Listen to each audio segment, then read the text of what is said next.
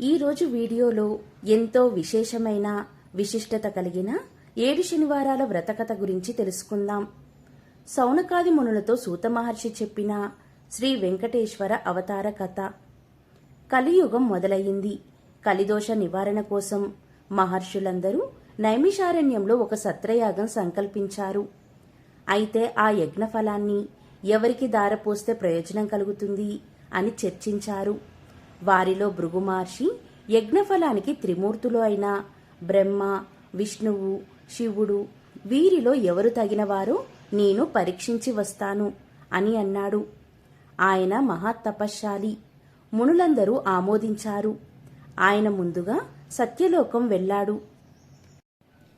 బ్రహ్మ అతని రాకను గమనించక సరస్వతి వీణానాదంలో మునిగి ఉన్నాడు. దాంతో భృగు మహర్షికి కోపం వచ్చి, మహాతపశ్శాలి అయిన నన్ను అతిథిగా గుర్తించలేకపోయావు. సృష్టికర్తనని అహంకరిస్తూ ఉన్న నీకు భూలోకంలో ఎక్కడా పూజా పునస్కారాలు లేకుండా పోవుగాక అని శపించాడు. తరువాత కైలాసానికి వెళ్ళాడు. అక్కడ పరమేశ్వరుడు పార్వతితో ఆనందనాట్యం చేస్తూ భృగువు రాకను గమనించలేదు. దాంతో భృగు మహర్షి కోపంతో, శంకర, నీవు నాట్య విలాసాలలో మునిగి మహాతపశ్శాలిని అతిథినైన నన్ను నిర్లక్ష్యం చేశావు. కనుక భూలోకంలో నువ్వు లింగరూపంలోనే కాని నిజరూపంలో ఆరాధన జరగకుండుగాక అని శపించాడు. ఆ తర్వాత వైకుంఠానికి వెళ్ళాడు. మహావిష్ణువు పాన్పు మీద పడుకొని ఉన్నాడు. తనకు పాదసేవ చేస్తున్న లక్ష్మీదేవితో సరస సల్లాపాలు ఆడుతున్నాడు. మునిరాకను గమనించలేదు. భృగువు వెళ్లి, అతిథిగా వచ్చిన నన్ను అవమానిస్తావా అంటూ విష్ణుమూర్తి గుండెల మీద తన్నాడు. ఒక్కసారిగా లోకాలన్నీ కంపించాయి. అయినా శ్రీ మహావిష్ణువు రవ్వంత కూడా ఆగ్రహించక పరమశాంత స్వభావంతో లేచి మునికి నమస్కరించి, మునీంద్ర, నీ రాకచేత వైకుంఠం పావనమైనది. మీ రాకను గమనించని నా అభినయాన్ని మన్నించండి అంటూ భృగు మహర్షికి పాదాలు వత్తుతూ పాదంలో ఉన్న కంటిని చిదిమాడు. భృగు మహర్షికి గర్వభంగమైనది. విష్ణుమూర్తికి నమస్కరించి, ఓ దేవదేవ, మీ వంటి సత్వగుణ సంపన్నులు 14 లోకాలలోనూ లేరు. నా అహంకారాన్ని మన్నించండి. మీరే లోక సంరక్షణకు తగినవారు. కాబట్టి భూలోకంలో కలిప్రభావాన్ని నశింపచేసి ధర్మ సంరక్షణ చేసి ప్రజల కష్టాలను తీర్చడానికి తప్పకుండా అవతరించాలి అని ప్రార్థించి తిరిగి భూలోకానికి వచ్చి మునులతో త్రిమూర్తులలో పరమశాంతమూర్తి అయిన శ్రీ మహావిష్ణువే యజ్ఞఫలాలకు అర్హుడు అని తేల్చి చెప్పాడు. మునులందరూ సత్రయాగం చేసి ఆ ఫలాన్ని యజ్ఞపురుషుడైన మహావిష్ణువుకే దారపోశారు. అక్కడ వైకుంఠంలో లక్ష్మీదేవికి కోపం వచ్చింది. శ్రీహరి వక్షస్థలమే తన నివాసం. ఆ నివాసాన్ని ఒక ముని కాళ్లతో తన్నాడు. అందుకు శ్రీహరి కోపగించుకోకుండా ఆయనకు చాలా మర్యాదలు చేశాడు. భర్తే తనను గౌరవించలేదని అలిగి భూలోకానికి ప్రయాణమైంది. లక్ష్మీదేవి లేని ఇల్లు కళావిహీనమైనది. ఆమెను వెతికి తెచ్చుకోవడానికి భూలోకానికి ప్రయాణమయ్యాడు విష్ణుమూర్తి. ఇంతలో భూదేవి వచ్చి, దేవా, కలియుగంలో అధర్మం పెరిగిపోయింది.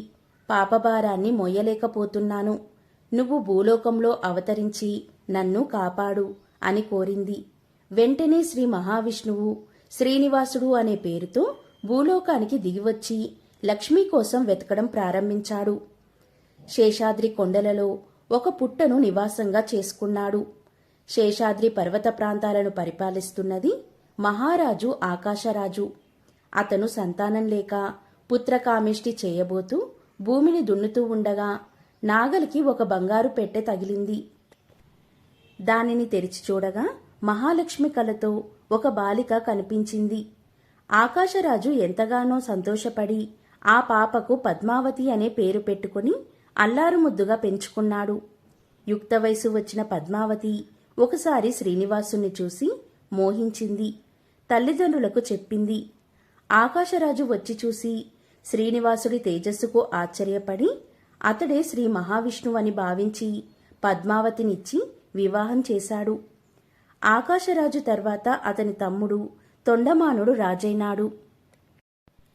శ్రీనివాసుడు వెంకటేశ్వరుడనే నామంతో తిరుమల శిఖరాల మీద కలియుగం అంతం వరకు నివసించాలని నిర్ణయించుకుని సాలగ్రామ శిలారూపుడై పద్మావతి భూదేవితో నివసించసాగాడు. తొండమానుడు శ్రీ వెంకటేశ్వరునికి ఆలయం నిర్మించాడు. తనను సేవించే భక్తులకు కల్పవృక్షం వంటివాడై శ్రీనివాసుడు ఇప్పటికీ భక్తులను సంరక్షిస్తూ అక్కడే నిలిచి ఉన్నాడు. సౌనకాది మునులంతా సూతుడు చెప్పింది విని వెంకటాచలంపై వెలిసిన తర్వాత శ్రీనివాసుని అనుగ్రహం పొందిన వారెవరైనా ఉంటే వారి కథను వినిపించండి అని సూతుణ్ణి అడిగారు. సూతుడు ఇలా చెప్పడం ప్రారంభించాడు. తిరుపతి మహాక్షేత్రానికి సమీపాన ఒక పల్లెలో భీముడనే కుమ్మరివాడు ఉండేవాడు. అతడు పేదవాడు. కుండలను తయారు చేసి వాటిని అమ్ముకొని జీవించేవాడు. అతనికి శ్రీనివాసుడిపై భక్తి ఎక్కువ. చిరకాలం దేవుణ్ణి పూజించాలని అనుకున్న కుటుంబ పరిస్థితిని బట్టి ఆ పని చేయలేకపోయేవాడు. అందువల్ల తాను కుండలను తయారు చేసే ప్రదేశంలో వెంకటేశ్వర స్వామివారి ప్రతిమను ఉంచుకున్నాడు. కుండలను తయారు చేసేటప్పుడు తన చేతికంటిన మట్టిని పుష్పంగా చేసి భక్తితో స్వామివారి ప్రతిమ వద్ద ఉంచేవాడు. అది అతనికి నిత్యకృత్యం అయింది. ఆ ప్రాంతాన్ని పరిపాలించే రాజు తొండమానుడు కూడా శ్రీ వెంకటేశ్వర స్వామి యందు భక్తి కలవాడు. అతను ప్రతిరోజు వెంకటాచలమునకు పోయి స్వామివారిని బంగారు పువ్వులతో అర్చించేవాడు.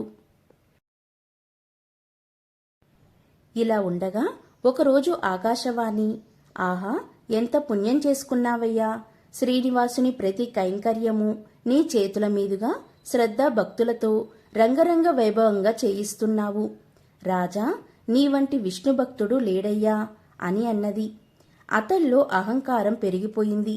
ఆ తర్వాత రోజు అతడు పూజ చేయడానికి సిద్ధమవగా తాను నిన్న పూజించిన బంగారు పూల స్థానంలో మట్టి పూలు స్వామివారి వద్ద కనిపించాయి. దానికి కారణమేంటో అర్థం కాలేదు అతనికి. అర్చకులు తాను ఉంచిన బంగారు పూలను అపహరించి మట్టి పూలను ఉంచారు అని అనుమానించాడు. తన భటులను కాపలాగా ఉంచాడు. రాజు ఎన్ని విధాలుగా ప్రయత్నించినా బంగారు పూల స్థానంలో మట్టి పూలే స్వామివారి వద్ద ఉంటున్నాయి. మహారాజుకు మానసిక వ్యధ పెరిగిపోయింది. అతనికి వెంకటేశ్వర స్వామి కలలో కనిపించాడు. రాజా, సమీప గ్రామంలో భీముడనే ఒక కుమ్మరివాడు ఉన్నాడు. అతడు కుండలు చేస్తున్న నా స్మరణను, ధ్యానాన్ని విడవని మహాభక్తుడు. అతని భక్తి ప్రభావం వలన అతడు ఉంచిన మట్టి పూలు ఇక్కడ నా సన్నిధిలో చేరుతున్నాయి. నువ్వు ఉంచిన బంగారు పూలు అతడు ఉంచిన పూలయందు నిలవలేక అదృశ్యమవుతున్నాయి. భక్తిలో అతడు నీకంటే ఉత్తముడు, విచారించకు అని ఊరడించాడు. తనను మించిన భక్తుడున్నాడని స్వామివారు చెప్పిన మాటలు పరిశీలించడానికై వెంకటాచలమునకు సమీపంలో ఉన్న పల్లెలో భటులతో కలిసి తిరగసాగాడు. ఒక పల్లెలో చక్రంపై కుండలు ఉంచి తిప్పుతూ చేతికి అంటిన మట్టిని పుష్పంగా చేసి సమీపాన ఉన్న వెంకటేశ్వర స్వామి ప్రతిమకు సమర్పిస్తున్న భీముణ్ణి చూసి ఆశ్చర్యపోయాడు. మహారాజు భీముడి దగ్గరికి వచ్చి, ఓయి, నీవు స్వామిని మట్టి పూలతో పూజించడమేంటి? నీకు పూజకు పుష్పాలు దొరకడం లేవా అని అడిగాడు. భీముడు రాజుకు నమస్కరించి, మీ వంటి వారు రావడం వలన మా ఇల్లు పావనమైంది. నేను చదువురాని మూర్ఖుడను. స్వామివారిని పూజించుట ఎలాగో తెలియని వాడిని, దరిద్రుడను. కుండలు చెయ్యనిదే నా కుటుంబం నడవదు. కాబట్టి నేను ఉదయం నుండి సాయంత్రం వరకు కుండలను చేయక తప్పదు. చేతికంటిన మట్టినే పుష్పంగా చేసి ఇలా స్వామివారికి సమర్పించుకుంటూ ఉంటాను అని వివరించాడు. భీముడు మాటలు విన్న రాజు ఆశ్చర్యపోయాడు. భీముడి భక్తికి మెచ్చి అతనికి నమస్కరించి తన రాజ్యానికి వెళ్ళిపోయాడు. ఆ తర్వాత కొంతకాలానికి భీముడు సశరీరంగా వైకుంఠానికి చేరుకున్నాడు. శ్రీ వెంకటేశ్వర స్వామి భీముడి భక్తికి మెచ్చి, ఇక నుండి నాకు ఉదయం ప్రసాదం పెట్టేటప్పుడు మట్టి పాత్రలో నివేదించమని తొండమాన్ మహారాజుకి కలలో కనిపించి చెప్పాడు. ఈనాటికి కూడా స్వామివారి సన్నిధిలో ఈ ఆచారం పాటిస్తూ ఓడు అనే ప్రసాదాన్ని మట్టి కుండలతో నివేదన చేస్తూ ఆరాధిస్తున్నారు. తొండమానుడు శ్రద్ధాభక్తులతో శ్రీ వెంకటేశ్వర స్వామిని అర్చిస్తూ నిత్యోత్సవములు, రథోత్సవములు, సమారాధనలు మొదలైన వాటిని జరిపిస్తూ మరలా జన్మలో విష్ణులోకానికి చేరుకున్నాడు. ఒకసారి శనీశ్వరునికి మానవులు ఎవరూ తనను భక్తితో సేవించడం లేరని, భయంతో మాత్రమే పూజిస్తున్నారని శనికి విచారం కలిగింది. అప్పుడు వెంకటేశ్వర స్వామి గూర్చి తపస్సు చేయగా ఆయన సాక్షాత్కరించాడు. స్వామి, నా పేరు వింటే ప్రజలు భయపడిపోతున్నారు. ఆ భయం పోవడానికి ఇక నుంచి నాకిష్టమైన శనివారం రోజు నన్ను ధ్యానించి ఆరాధించి ఆపై నిన్ను పూజించిన వారికి సర్వదేవతలను పూజించిన ఫలం ఆ ఒక్కరోజులోనే రావాలి అని కోరుకున్నాడు. అందుకు స్వామి చిరునవ్వు నవ్వి, నీ కోరిక సమంజసంగానే ఉంది. అసలు నీకు నాకు భేదమేముంది? 6 వారాలు దాటిన తర్వాత 7వ వారం అంటే ఇష్టపడతావు. నేను 6 కొండలు దాటాక 7వ కొండ మీద ఉంటాను. నీవు నీలవర్ణుడవు, నేను కూడా ఆ వర్ణుడనే. నువ్వు సప్తమ గ్రహానివి, నేను సప్తగిరీషుడను. సామాన్య మానవులకు ఈ విశేష విషయాలు తెలియక నువ్వంటే భయపడిపోతున్నారు. నిన్ను నన్ను వేరుగా చూస్తున్నారు. నువ్వు కోరిన వరాలనే అనుగ్రహిస్తున్నాను. ఏ భక్తులైతే 7 శనివారాల పాటు నిన్ను ముందు పూజించి ఆ తర్వాత నన్ను పూజిస్తూ సప్త శనివార మహావ్రతంగా ఆచరిస్తారో వారు సమస్త శనిదోషాల నుండి విముక్తులై సౌఖ్యాన్ని పొందుతారు. ఆయురారోగ్యాలతో సకల శ్రేయస్సులను పొందుతారు. ఇందులో సంశయమేమీ లేదు అని వరమిచ్చాడు. సౌనకాది మహామునులందరూ సూతుడు చెప్పింది విని చాలా ఆనందించారు. ఈ సప్త శనివారాల వ్రతం ఆచరించి శ్రీనివాసుని అనుగ్రహం పొందిన వారు ఎవరైనా ఉన్నారా? ఉంటే వారి కథను వినిపించమని అతన్ని అడిగారు. సూతుడు ఇలా చెప్పడం ప్రారంభించాడు. పూర్వకాలం కాంచీపురంలో దేవదత్తుడనే ఒక బ్రాహ్మణుడు ఉండేవాడు. అతడు వేదాంగ పారంగతుడు. అతడి భార్య మాలిని. వారిద్దరూ అతిథుల్ని ఆదరిస్తూ గృహస్థ ధర్మాన్ని పాటిస్తూ ఉండేవారు. వారికి శ్రీ వెంకటేశ్వర స్వామి ఇలవేల్పు. ఒకసారి వారింటికి కాశీయాత్ర చేసి వచ్చిన ఒక బ్రాహ్మణోత్తముడు వచ్చాడు. ఆ దేవదత్త దంపతులు ఆయనను సాక్షాత్తు వెంకటేశ్వర స్వామిగా భావించి అతిథి మర్యాదలు చేశారు.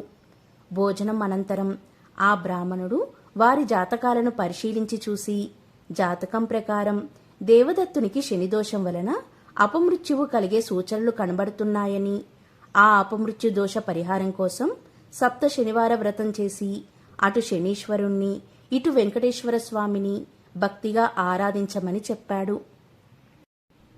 అమ్మా, నీవు శ్రద్ధ వహించి నీ భర్తను కూడా సప్త శనివార వ్రతం చేయడానికి ప్రోత్సహించి నీ సౌభాగ్యాన్ని నిలుపుకో అని చెప్పాడు. సప్త శనివార వ్రత విధానాన్ని బోధించాడు. దేవదత్తుడు ఆ శనివారం బ్రహ్మముహూర్తాన లేచి స్నానాదికాలు పూర్తి చేసి ఇంటిలో ఈశాన్య భాగంలో పూజాపీఠం పెట్టి మండపం వేసి వెంకటేశ్వర స్వామి చిత్రపటం పెట్టి నైవేద్యానికి కొబ్బరికాయలు, అరటిపండ్లు, నల్ల ద్రాక్ష పండ్లు, 7 చలిమిడి ఉండలు సిద్ధం చేసుకుని ఉదయం పూజ చేసి ఒక బ్రాహ్మణుని పిలిచి ఆయనకు భోజనం పెట్టి ఆపై వారు భుజించి మొదటి రోజు వ్రతం యథావిధిగా నిర్వర్తించారు.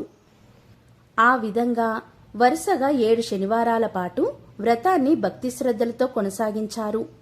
7వ శనివార వ్రతం పరిసమాప్తి చేసి భోజనం చేసి కొంతసేపు శ్రీ వెంకటేశ్వర స్వామి మహిమలు స్మరించుకుంటూ నిద్రించారు. ఆ దంపతుల భక్తి శ్రద్ధలకు, పూజా విశేషాలకు ప్రసన్నుడై శ్రీ వెంకటేశ్వర స్వామి మాలిని కలలో సాక్షాత్కరించి, ఓ పరమసాధ్వి, మీ దంపతులిద్దరూ శ్రద్ధాభక్తులతో చేసిన సప్త శనివార వ్రతానికి నాకు చాలా సంతోషం కలిగింది. ఆ వ్రత ప్రభావం వలన నీ భర్తకు శనీశ్వరుని దోషం, అపమృత్యువు భయం కూడా తొలగిపోయాయి. అతనికి రాబోయే జన్మలోని ఆయుర్దాయాన్ని ఈ జన్మలోనికి తీసుకువచ్చి ఇతన్ని పూర్ణాయుర్దాయం కలవాడిని చేశాను.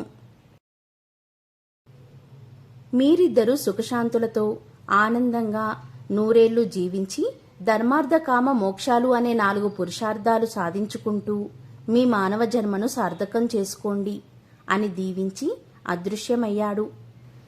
వెంటనే ఆమె నిద్రలేచి భర్తను లేపి తన స్వప్న వృత్తాంతాన్ని వివరించింది. ఆయన కూడా ఎంతో సంతోషించి భార్యను అభినందించాడు. ఒక శుభముహూర్తాన ఆ దంపతులిద్దరూ శ్రీ వెంకటేశ్వర స్వామి దర్శనార్థమై తిరుపతి కొండకు వెళ్లి మొక్కులు తీర్చుకొని మనసారా స్తుతించి ప్రసాదం స్వీకరించి ఇంటికి తిరిగి వచ్చారు. ఇంటికి వచ్చిన తర్వాత బ్రాహ్మణులను పిలిచి అన్న సంతర్పణం చేసి బ్రాహ్మణ ఆశీర్వాదాలు పొందారు. జీవితాంతం వరకు యథాశక్తిగా శ్రీ వెంకటేశ్వర స్వామి సేవ చేస్తూ చివరికి స్వామివారి సాన్నిధ్యాన్ని పొందారు. కలియుగంలో శ్రీ వెంకటేశ్వర స్వామిని మించిన ఆరాధ్య దైవం లేడు. ఈ సప్త శనివార వ్రతంతో ఆయనను ఆరాధించిన వారికి శనిదోషాలు తొలగిపోయి స్వామివారి అనుగ్రహం లభిస్తుందని సూత మహాముని సౌనకాది మునులకు వివరించాడు. స్వామివారికి మిక్కిలి ఇష్టమైన శనివార వ్రతాన్ని చేసిన వారికి ఉన్న కష్టాలన్నీ తొలగిపోతాయి, గ్రహబాధలు తొలగిపోతాయి, సంపదలు భోగాలు కలుగుతాయి. వారికి వారి కుటుంబానికి సకల శుభాలు కలుగుతాయి. శనివార వ్రతం ఆచరించిన వారికి అసాధ్యమే లేదు. ఈ కలియుగంలో శనివార వ్రతం మానవులకు కల్పవృక్షం వంటిది. శనివార వ్రతంను చేసి స్వామివారిని అర్చించి స్తుతించి ఈ కథను చదివినవారు విన్నవారు ధన్యులు.